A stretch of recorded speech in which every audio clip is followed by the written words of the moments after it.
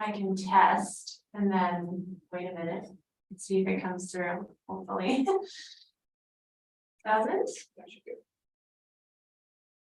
Okay. Well, thanks for having me here tonight. It's great to be here speaking with you guys about the work that the Chamber does and all the ways that we enjoy partnering with the city of Cordova. We have been working with you as a strong partner for many years, and I'm happy to report that we've had another incredibly productive year supporting business through this continually challenging time and working on goals that we share, the city. See if I can make this advance. All right. So at the Chamber, we're able to multiply the investment that the city puts into our work. We supplement the funds that the city of Cordova invests in the Chamber every year, which would not even cover a full-time salary for an employee at the city, with revenue that we raise through memberships, sponsorships, events, gaming, and other grants. We currently operate with 2 full-time and 1 part-time staff, keeping our overhead fairly low, again, thanks in part to the city for that, through the facility that we use, which is owned by the city and given to us for our use. Each one of these areas that you see on the screen, we're able to put into practice and provide quality programming for based on that funding. And each one of these would be enough to keep one organization busy full time by itself. And we find a way to do them all. We focus on these areas because this work is needed in our community. Our work is yielding substantial results, and we represent the businesses of Cordova, yes, but the broader impacts of our work inarguably benefit the city and the community of Cordova, as well as the whole Prince William Sound region. Still recovering from the effects of the pandemic, many local businesses depend on our support. As an information hub, we share valuable resources like grants and funding opportunities, webinars and trainings, and other tools with local businesses. Our active advocacy efforts benefit, again, all local businesses and residents as we reliably and professionally advocate for advancements to Cordova's fisheries, its infrastructure, its transportation access. And our website provides destination, and our visitor center as well, provides destination, event, employment, and local business information to tens of thousands of viewers every year. There it goes. A lot has changed since 2019. We've seen big growth in the participation and the local economic impact of chamber festivals and events. In fact, in 2022, we estimate over $260,000 of spending at local businesses just from attendees of our shorebird and fungus festivals alone. We've increased our destination marketing and management efforts substantially, including the creation of a new destination strategy, the launch and monthly convening of a new destination leadership team, our highly successful new tourism marketing campaign that we launched in 2021, which we hope to reinvigorate this year with your support, and facilitation and tour development for new impact-conscious expedition cruise ships that have been visiting Cordova, and more, which we'll go over in a minute. Our business support has grown by an order of magnitude since 2019 as well, and we'll talk more about that as we go on. And our new low-cost healthcare offering is making this valuable staff recruitment and repayment tool available to all local business members. I could spend my entire presentation talking about the successes we've seen supporting local businesses and organizations, spurring growth and healthy economic diversification, and working to make Cordova a better place to live and visit. But I'd rather talk about what we have ahead of us and how we can work together to build tomorrow's Cordova, a place thriving economically, culturally, and ecologically. We're excited to announce our inaugural Cordova Business Empowerment Summit at the Cordova Center this weekend, November 18th and 19th, followed by a second session in early April. The goal of this summit is to facilitate a gathering of Cordova business leaders and provide them with education and guidance to uplevel their organization, including social media, bookkeeping, business resilience, tax preparation, and other vital resources to our business community. The 2-day event in November will be followed by a second session in April. All classes will be offered in person and virtually with recordings available. The Chamber has developed a new membership structure, which will complement this event that opens up some of our most coveted benefits to all members. This is a direct result of the Chamber's member satisfaction survey that we did, and these changes came in direct response to the needs expressed by the business community. So Cordova Chamber's Business Empowerment Summit is a keystone element of this new membership investment program, and each 2023 Chamber membership includes entrance into the summit. A combination of local and Alaskan experts will provide actionable and hands-on guidance to increase local business acumen. This biannual event has the capacity to boost our local economy, bolster our workforce, and give our business leaders the confidence to grow. I'm really proud of Karen and my staff for putting together this new membership campaign and this empowerment summit. I really think it's going to be huge for the community, and also moving forward, we have a funding mechanism in place to fund this moving forward through new elevated corporate memberships that we've developed. Another new forward-thinking project that we would like to launch this year is the Blue Economy Project. So what is the blue economy? It's a new way of thinking, and it's kind of a paradigm shift. The purpose of our Blue Economy Project would be to break down barriers and create value by connecting entrepreneurs, businesses, and knowledge to find shared solutions that provide mutual benefit. We hope to create a Blue Economy Committee and host events that will convene stakeholders from multiple ocean-based industries to create a shared vision for the betterment of ocean health economies and communities. Likewise, regenerative tourism is also a brand new model. And with both the Blue Economy Project and the regenerative tourism models, these are groundbreaking new models, and Cordova will be at the forefront. People are really interested in the fact that we are looking at programming in these models, and it's actually getting a lot of statewide interest. So regenerative tourism is a new model that centers around the idea that there's actually an opportunities for visitors to improve a destination. Rooted in Indigenous values, it addresses impacts holistically from destination and community perspectives as well as environmental. It seeks to work together with and build up the local ecosystem and cultures, as well as the current industries and businesses through tour offerings that promote cultural revitalization, environmental restoration, hyperlocal spending, and grow regenerative industries. We are looking to work with several local community partners to put this forward, and we are already working with a Hawaii-based nonprofit, which has established itself as an industry leader in this area. They have a really strong partnership with Alaska Airlines and Hawaiian Airlines. They have a platform that they not only come in and do capacity building and training for local businesses, but then they have a platform already set up for those tour offerings to live on that gets traffic driven to it by those two airlines. So it's a pretty amazing model. And we would like to work with them to offer an impact studio, which is kind of like a business incubator in 2023 to support the development of new regenerative tourism offerings by local businesses. When paired with the relaunch of the tourism marketing campaign we created in 2021, this could have huge impacts to cultural, economic, and ecological resiliency in the region. These three new programs have been years in the making and are ready to finally start. If we can find the initial cost to do the front end build out of these programs and to launch them. So if you want to compare it to a teacher, when they go into their first year of teaching a certain grade, there's a lot of work on the front end to put together all the curriculum, the materials that have to be in place. And in this situation for us, there's also promotion that needs to happen and awareness campaigns and building out materials and staff training. So there's this front end work that happens to launch these new projects. And then moving forward, theoretically, they'll be able to run a little bit more smoothly. So it's worth noting that Cordova Chamber was not immune to the economic impacts of the past 2 years.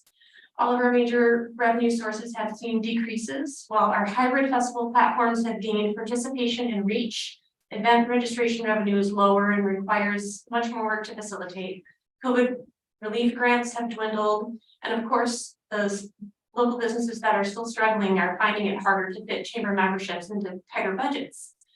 But with our reimagined membership and sponsorship program that we just launched and a new suite of elevated corporate memberships to maximize outside investment in our programs, we expect those revenues to increase in 2023. And we are looking for ways to increase our access to outside grant funds as well.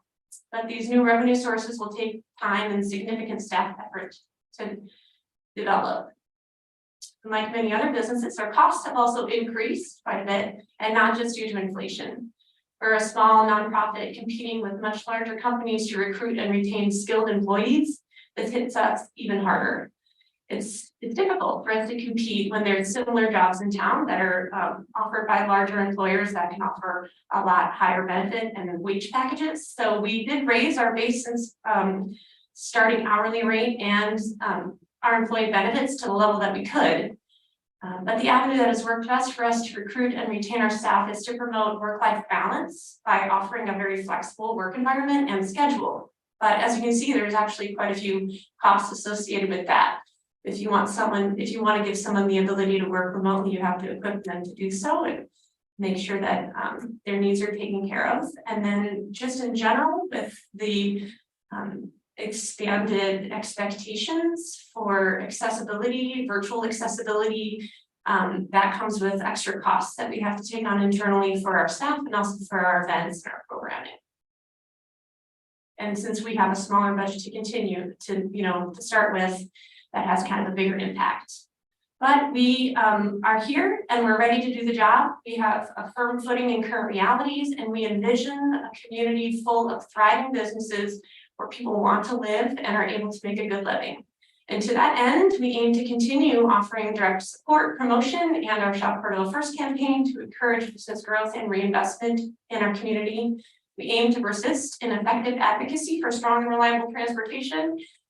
We aim to continue providing unique and engaging festivals and events that prop up the local economy and enhance the quality of life for residents. We aim to push our community ahead with forward-thinking vision that sustainably strengthens and diversifies our economy.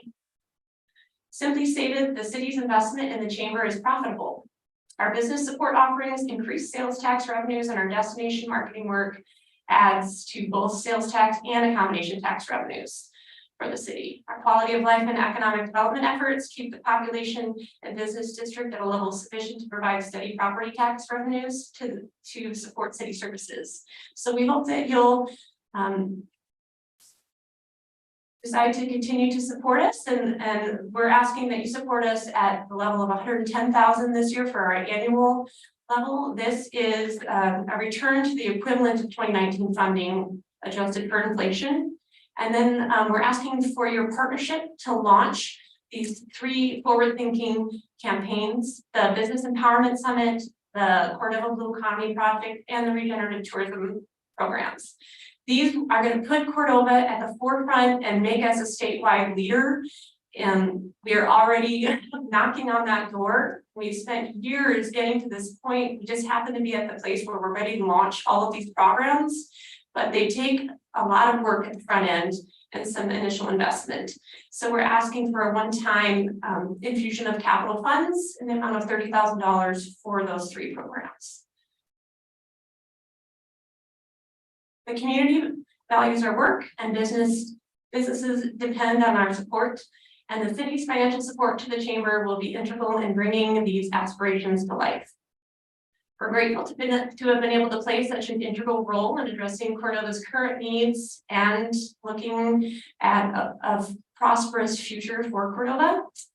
And we are also grateful for the opportunity to continue to work with the city as a strong partner. In closing, I'd just like to thank you for your time and invite any questions. And specifically, I wanted to invite all the city council members and all businesses and individuals in Cordova to our Business Empowerment Summit this weekend, November 18th and 19th, right here at the Cordova Center. And if you have any questions about that or anything else, I am here. Great, thank you, Cathy. Does anyone have questions for Cathy? Any comments online?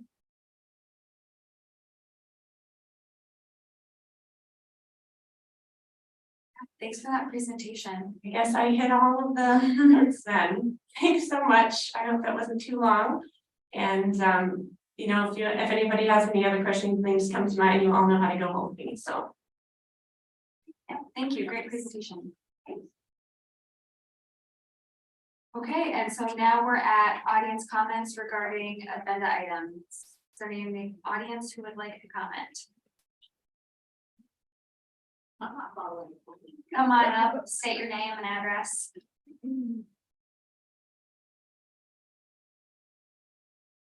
Thank you, Tommy Sheridan, at 610 Spruce Street.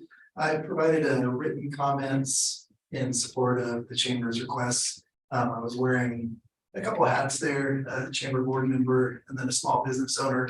Next week, I'll be wearing a different hat. So I'll be serving as University of Alaska Fairbanks Associate Director for the Alaska Blue Economy Center. So that's a startup institute. I'll be based out of Cordova here.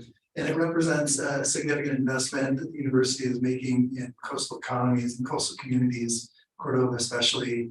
I'll be serving as a community site coordinator for a large grant program administered by Office of Naval Research that is largely focused on energy innovation. And I just want to say that any investments that the city makes into entities such as Cordova Chamber of Commerce, ABAC will be looking to leverage that and amplify that in every way possible. So again, just wanted to offer that support and look forward to working with folks here in Cordova in that new capacity. So, Thank you. congratulations.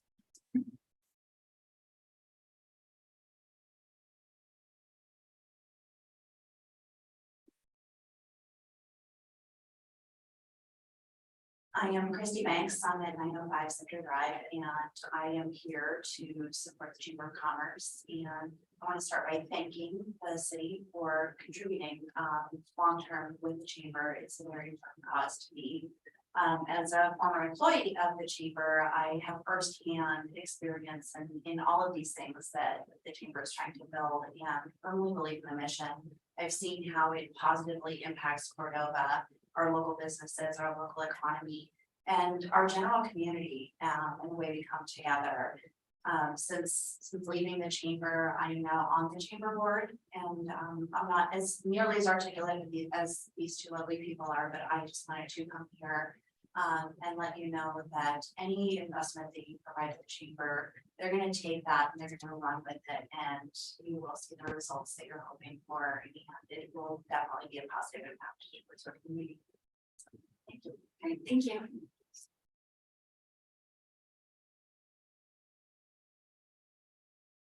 Are there any other audience comments?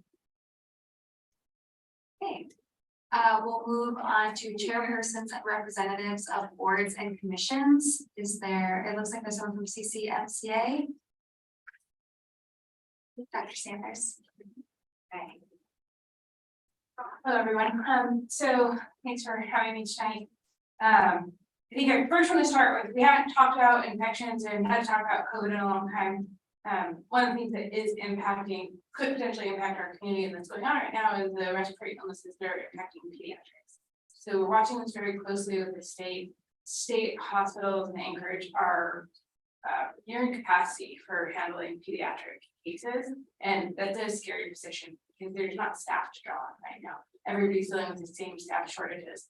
So as much as you can encourage your anybody that you know to get a flu shot this year, that's really important, and keep washing hands and paying attention, trying to keep that people that are sick home so flu doesn't spread, particularly in kids. The hospital is doing great. We expanded all of our COVID funds in 2021, and this year we are surviving just on Cordova. The hospital is a vulnerable resource here in Cordova. We need everybody to support us. Say that every time. I'm gonna have to keep saying it every time. We really need that support. We've got a small population, and we need every healthcare dollar that we can to go to help keep our hospital running. Recently, everywhere across the country, Alaska and in Cordova, there is increase in acute psychiatric emergencies. We're working to figure out the best way to manage these. they're challenging cases. The state is having a challenging time helping us figure out how to manage them. Hospitals across the state are attending a conference next month in Arizona with national partners to try to help come up with smart solutions. So locally, we are working with Alonca, Police Department, Hospital, and getting together to have conversations regarding how we can better manage these cases. And we're also working with state partners to try to come up with some better plans. I think that's all. I'm glad to answer your question. Thank you for that update. Is there any questions for Dr. Sanders? Anyone online? Okay, thank you so much. And then school board.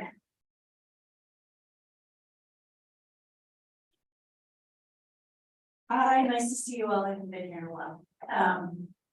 So I think in terms of things that you all might want to know, first I want to say we're super proud of our students. We have several students going to the state music competition. And we have a volleyball team that's going to regionals, and so poised to go to state, so please cheer them on in your hearts. And the junior high basketball team has gotten to travel quite a bit. They got to go to Nome, and this week they're going to Houston. And I think the thing that I'm most proud of is the comments I hear from the people who travel with them, not as a part of the team, but just because they're on the same plane, and talking about how well behaved they are. So we're very proud of them. We're, as you know, our budget request is in front of you, and I know budget's not on the agenda tonight, but it has been a topic of conversation and as always, deep thought. So we are asking for 2.3 million this year. And I can't reiterate enough. The whole board has taken a look at that ask and discussed it in depth. And it was interesting to hear from a former board member who said, you know, gosh, I remember we had pared that budget down, there's nothing left, there's no extra in it. And so really ask that you consider funding to our full request, because it is really needed. Just like everyone else, our costs are increasing significantly. The superintendent was talking about food delivery. It was a $1,500 food delivery, but there was the $800 fuel surcharge and then an additional $500 tacked on for fees. So the cost of getting it here was more than the actual items. And I know we're all experiencing that. So please remember that that's one of the reasons why our requests are increasing. That's all I have, unless people have questions. Thank you. Any questions? I do have a question just about teacher salaries. I think you guys negotiated a contract last year, is that right? Yeah. The first time in a few years. There had been, they had held steady or very minor, like 1% increases, which is of course on top of any step increases they earn through either education or years of service.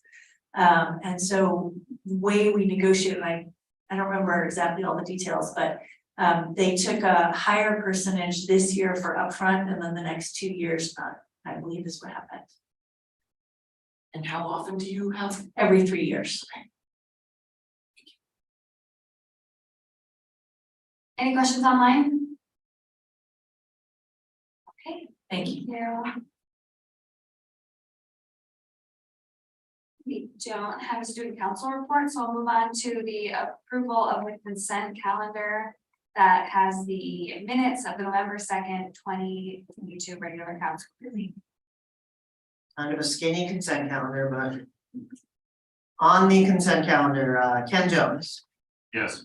Jeff Guard, Yes. Yes. Melina Meyer, Yes. Yes. Kathy Sherman is absent, Tom Baylor, Yes. Yes. Krista Carpenter, Yes. and Schaefer. Yes. The consent calendar is approved. Okay, and we just approved the minutes in the consent calendar. We don't have any bids, proposals, or contracts, so I don't think we have mayor's report. So we will move along to city manager's report. Well, as you can well imagine, at the moment, we're focusing most of our time on budget. And so I don't have a written report for you, but I did want to give you an update on the harbor rebuild project. We did have a deadline over the weekend for folks who were responding to the RFP to submit their proposals. We did have 2 respondents, and those proposals are being reviewed now, and there's a team of folks that will be focused on settling in on a final contract awardee, and that will be presented to you next week in probably a special session. And we'll keep you posted on that. I know Susan will articulate that as she moves forward into the pending agenda. But I did want to give you an update on that we are well on our way towards selecting a finalist to rebuild the harbor, and that will be something that'll be on your radar very soon. The second thing is I did want to keep you aware of the fact that we are paying really close attention to our investments and maximizing return on those assets that are sitting in cash. And we've moved some money around into funds with the AML investment pool, AMLIB, and are focusing our resources in directions where we can maximize those resources. So that is something that I think will directly benefit the community and improve resources for our upcoming budget. And with that, I think that's it for me. Thank you. Any questions for city manager? Anyone online with questions? Yes, this is Tom. Go ahead, Tom.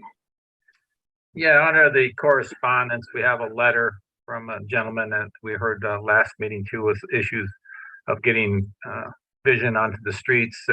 I know you're aware of that. Do you plan on taking any action? Have you and the police chief looked at that, or could you give us just a little follow-up on that, please?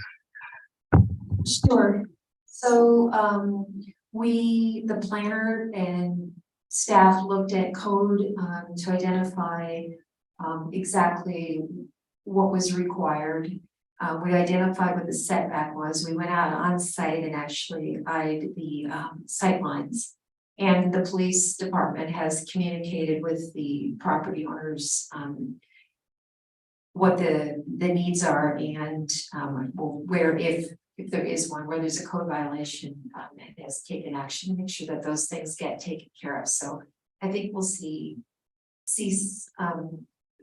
results there soon. And I think this brings up another point, and it's a communication for everyone to know about, is that it's closing out snow season. The plows, our city crews need access to the right of way that is where we pile snow.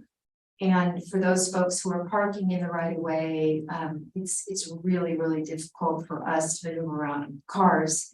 And don't be surprised if you get burned in if you're in a place where we don't have any other options. So we're really encouraging the public to be mindful of the fact that we do need to provide easy access for our snowplows, and to be very careful about where you park, so that in the event of a snowfall, that you don't find your vehicle plowed in. And again, our crews try really hard to be mindful of that, but there are limitations. So we do have communications out in the newspaper and on our website, and also in public arenas to try to get folks to pay attention to that. But I'll just reinforce that with everyone here tonight. Councilman Carpenter? Yeah, also with regard to correspondence, the letter or the proposal, the summary of the proposal that Alaska Airlines submitted for essential air service. I'm not sure if we're being asked to comment on it and if staff has talked about that at all, but it's hard to kind of compare that to, I don't know what they got last year. I don't know what the metrics are for their performance, but I do have concerns about the freight part and the fact that freight keeps getting bumped. You know, in the grocery store, it seems like every other week or at least once a month, we're being told, no, they couldn't bring our freight up. I feel like if they're being subsidized, it seems like there should be some kind of performance accountability. And I don't know how to phrase that in a comment, but if we are asked to comment, is that something we can comment onto USDOT? I'll tell you what the mayor happened to have said when he got this email, sent it to me, and then I put it in the packet. Over all the years that we get information about it, it's usually just them asking for a letter of support. Like Clay has heard from someone maybe, and he puts a letter of support in the packet thing. So I had never seen it in this full format where we get to see all the details. But they're the only ones that put in for it. And so, I mean, I get that, you know, we can put in a comment. I was just thinking there is that letter from the DOT guy and says, here's my email address and let me know. So I don't know. I don't know that we can quantify what the impacts are, but I think individual businesses could respond to this. This is in the public record. And if there are concerns on the part of the community, on performance, whether it's passenger or freight or whatever, I would say that this is a place where the public can and should communicate. Yeah, I would say in the past, I remember being on council and we wrote a letter of support from the city, and we could emphasize in that how important like the cargo is and freight is for the community and that twice day service.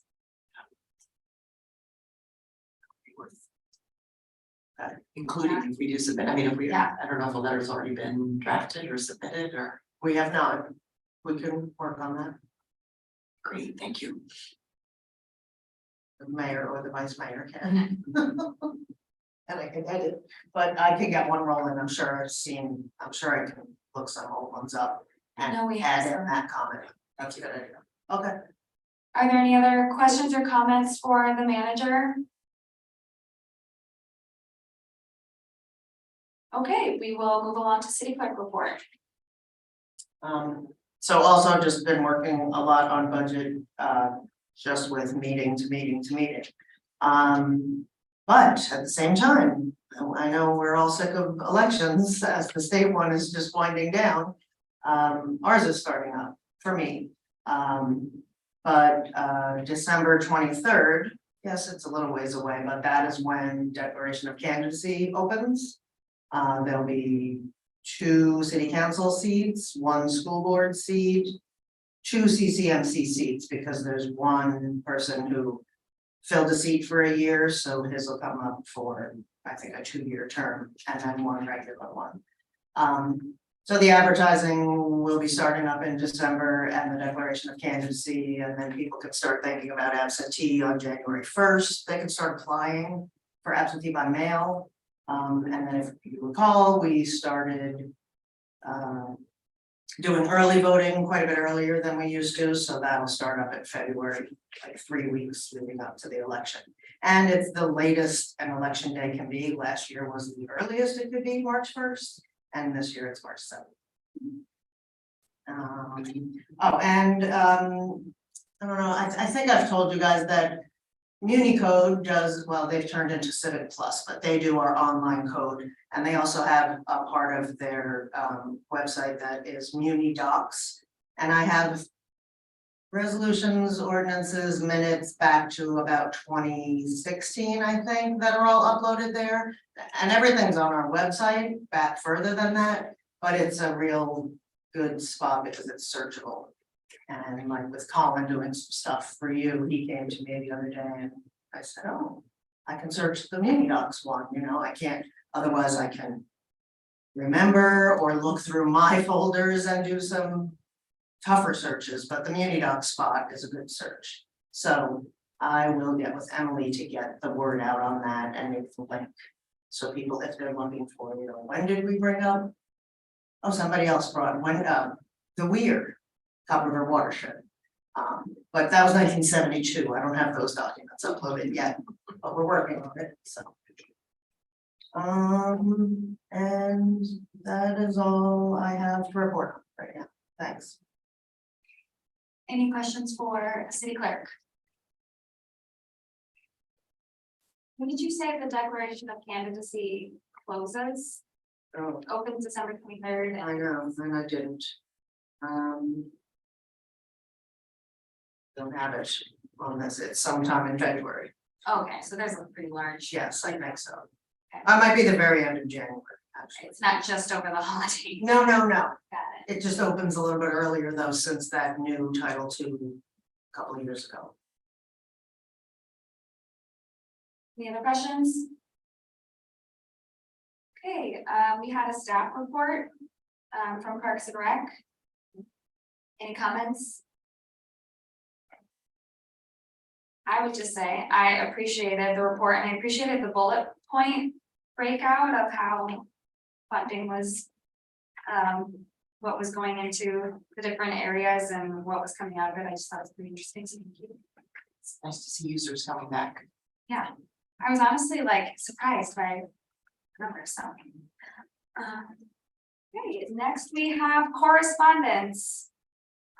Do I list that or do we just look at it? You can just ask if anybody has any comments on any of those. Any comments on correspondence?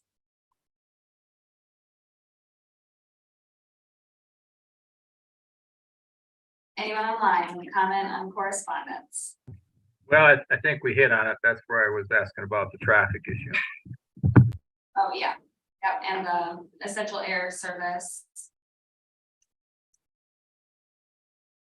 Okay, we shall move along to, we don't have any ordinances, resolutions, no unfinished business. So here we are at the pending agenda. And our CIP list, calendar, elected and appointed officials list. For pending agenda, we have, well, you mentioned maybe a special meeting for the harbor proposals. And then, Well, first, I just want to say the next week on Tuesday at noon, we will have a budget work session. We discussed it last night and I was getting the best time for everybody and noon seems to work for everybody. So noon Tuesday, budget work session here.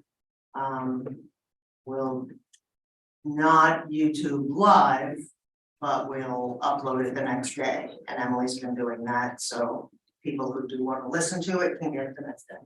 And obviously, the public can come as well. And then Sam was talking about a special meeting for the Harbor Project bid award on the 30th. So not next week, because we're making pies, remember, the week after. Because it's one of those where there's 2 weeks between the second meeting of November and the first in December, so the 30th. I had been kicking around the 29th, just in case you guys are dying for a last minute budget work session. But we're feeling really good that we're gonna get it all wrapped up on the 22nd, right, Helen? It is. So the 30th is a Wednesday and I was thinking noon or 6. Does anybody have a preference? Is it too far away? We can talk about it next week on the 22nd also. I'll be on central time, so I guess earlier is better. Okay. 30th is a Wednesday. It's a Wednesday.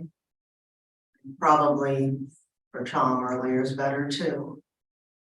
Okay, Yeah, but you know, we leave a few minutes. Webinar. okay.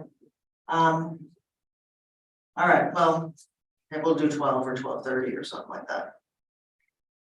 I don't know if I have anything else. Okay, you know, we're still shooting for obviously December 7th. We'll have a public hearing and just before the meeting, because the fee schedule and the budget both require a public hearing. I have to advertise that there will be a public hearing for the budget approval a week ahead. Whereas a normal regular meeting gets advertised 5 days ahead, so that's also why we're pushing up to that 30th day, because that's the day we want to put it out, have to put it out. And then maybe we can cancel the second one in December if we're all budgeted out, but we'll see, we can talk about that later.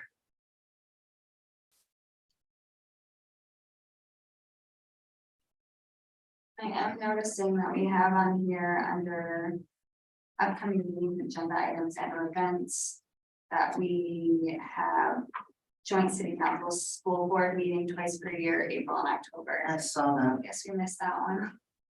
Or did we did it in October? Oh, I missed it. Yes. Got it. Okay, check. Okay, good job, us. Okay, anything else for pending agenda? I've been asking for it for a while, but I'd like to see us have another harbor commission, city council joint work session. It might be already on the agenda for when we get that 30% drawing back from whoever we select, but I think it would be a good thing to do. We are embarking on a large project and It's on here as A10 with city project teams that necessary. Gonna change the language of that? Well, yeah, I heard too. When there's a 35% drawing or something. yeah, and sometime this spring they're gonna have that back. They're gonna be looking for. I guess that's the point in which the commission gets to weigh in again, so. Or I think it was 35%, sorry. But, yeah. I guess I feel like that we're not tasking the commission with enough work on this project, so I would like to see more involved. I guess it's any concern there.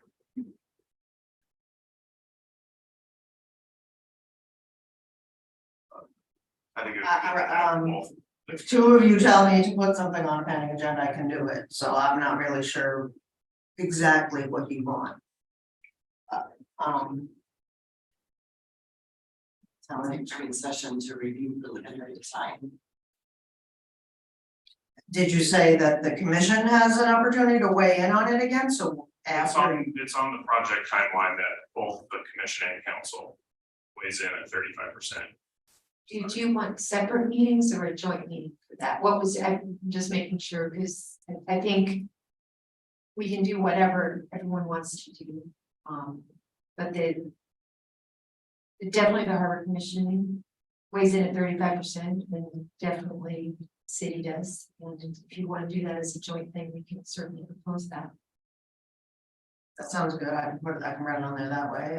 Yeah, I don't know if we want it as a joint thing or not. I can't speak for the whole commission, but for myself, I just think that it's been a while since we met with the commission and we have a big project and it would be something that would be prudent, whether it's for that or just in general. Maybe after the harbor commission gets a chance to review it and have another joint where it's a special for them and they come to our meeting for a workshop before our meeting or something. I just think that it would be a good thing. We just expanded the commission to include more voices than we should include them. I appreciate you because I think I benefit from the first hand, yeah.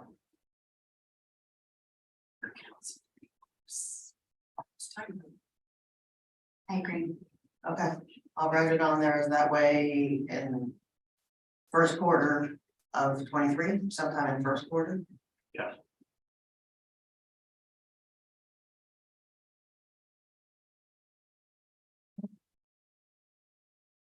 I think it's been like, yeah, I just think it's been over 3 years since we had a joint workshop with our division. I said I record, so.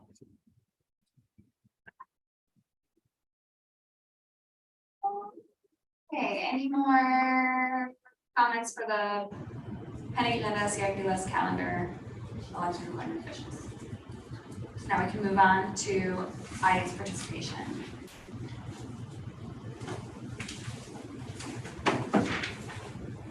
Our Jewel, mile 2.2 Woodshed Road. I wanted to add my support to the chamber. I appreciated Cathy's presentation, but I've watched over the last couple of years how much work the chamber does to improve the quality of life in Cordova. And her efforts, I think, make help us, even though we're not having tons of success, help us recruit people to come work for us.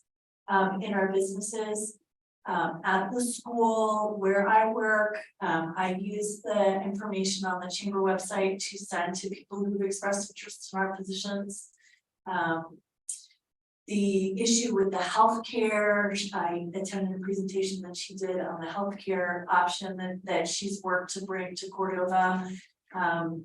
So I've just seen the chamber do an enormous amount of work to really help organizations in Cordova function and recruit and retain the staff that they need. They have jumped in to help with looking at the housing issue.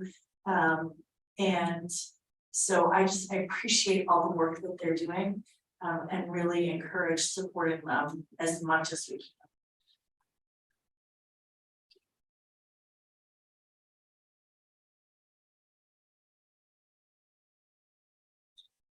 Any other audience members who'd like to participate?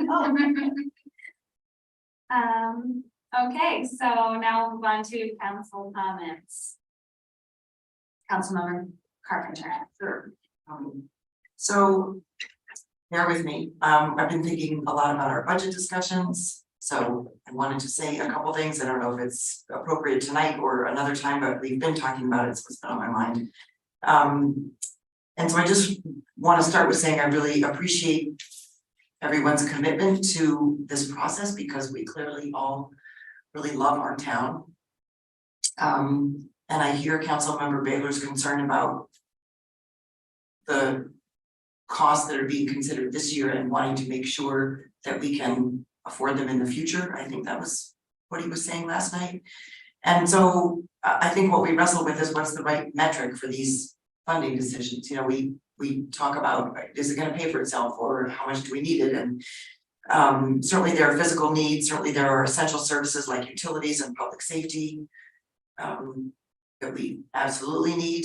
We have so-called soft services like the museum and the library, and they make huge contributions to our quality of life and our public life here. But I think there aren't very many of these things that actually truly pay for themselves in the true sense of the word. I don't think the harbor does. I know that the enterprise fund takes in slip fees and other fees, which cover sort of the bare minimum of regular maintenance, but we're trying to raise $43 million to pay for upgrades that we've needed for a long time. So those kinds of things, we can't fully pay for those with user fees. The pool doesn't pay for itself. The refuse department, I don't think completely pays for itself without, and the water services without grants and some low interest loans. So there's always some form of assistance. And so it comes back to, so what is the right metric? Like I said earlier, some of them are things we need, they're essential and we have to pay for them. Some of them we have to say, can we afford it? And I think when we talk about things like this building and the so-called soft services, I think, can we afford not to have it? You know, we need to attract people to town. We're competing with other communities for residents and for recruiting people for key positions. I think they're critical. And so I keep coming back to how much I want these things for us and how much I want them for all of us. And I want to pay for them. And I hope other people do too. Thanks. Thank you. We'll move on to Councilman Jones. So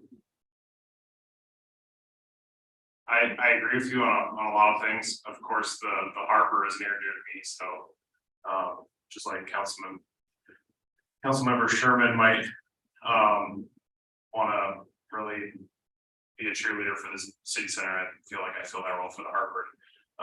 So with the comment you just made, that kind of got me thinking really quick. You know, the harbor doesn't necessarily pay for itself because, yeah, we are getting all that, you know, grant dollars to rebuild it, but also the city didn't have control over the harbor until 2005 when the state made us take it.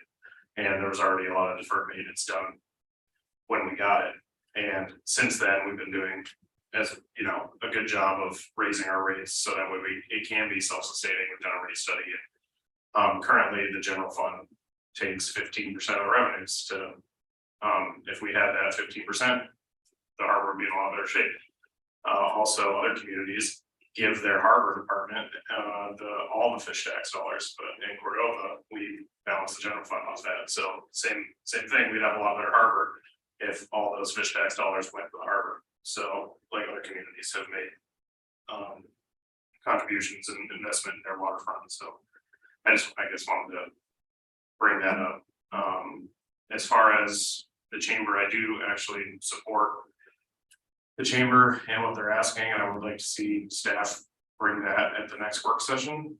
We didn't have it as an action item tonight, but I do think that's a worthy investment.